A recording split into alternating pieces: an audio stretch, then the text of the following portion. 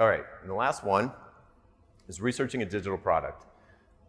Because these can take a long time to make, 100 hours, 200 hours, you want to test the market first, make sure there's some demand for the thing.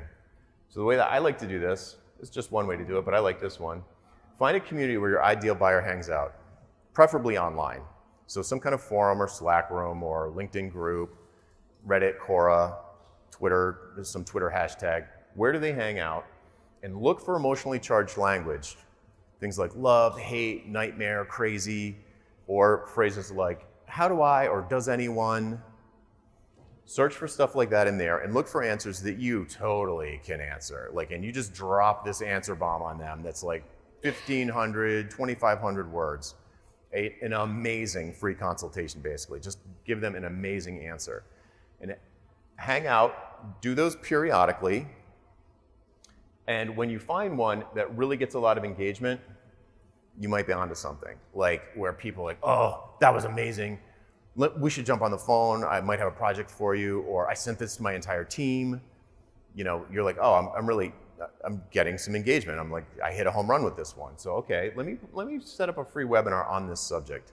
And the cool thing about a webinar is it's like training wheels for the eventual product. It's like the first draft sales page for the eventual product, where people aren't paying to go to this free webinar, but they do have to spend an hour, and they are pretty sure you're gonna try and sell them something.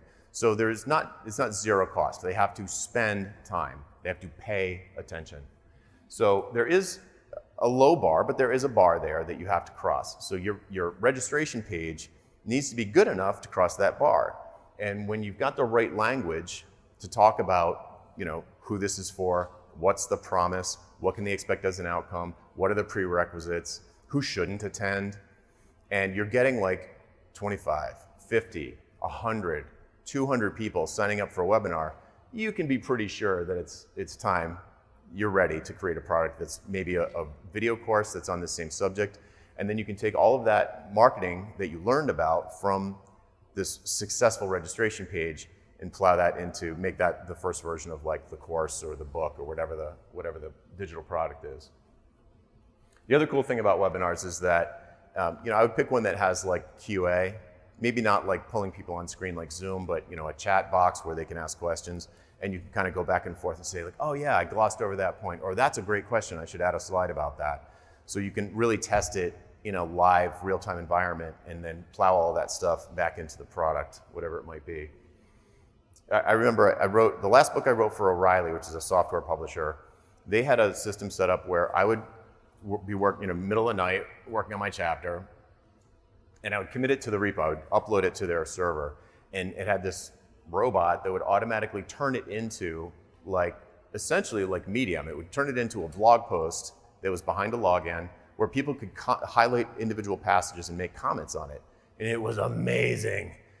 Because usually you write a book and then 6 months later, 18 months later, you find out you left something out, or you glossed over something, or there's just this one thing that everybody trips on. Well, that didn't happen to me on this book. Because I found all of that stuff out from these early beta readers or whatever it was called, and Rough Cuts it was called. And so they would come in and make all these comments and be mean to me or be nice to me or whatever, and I was just oh cool, all right, so perfect, and I would fix the thing, and they'd be like, great, that's awesome. That book was super successful, and I'm positive that is because of that interaction with the audience in real time, that I knew I was writing the right thing. So this is the function that the webinar serves. It's so easy to put together a webinar.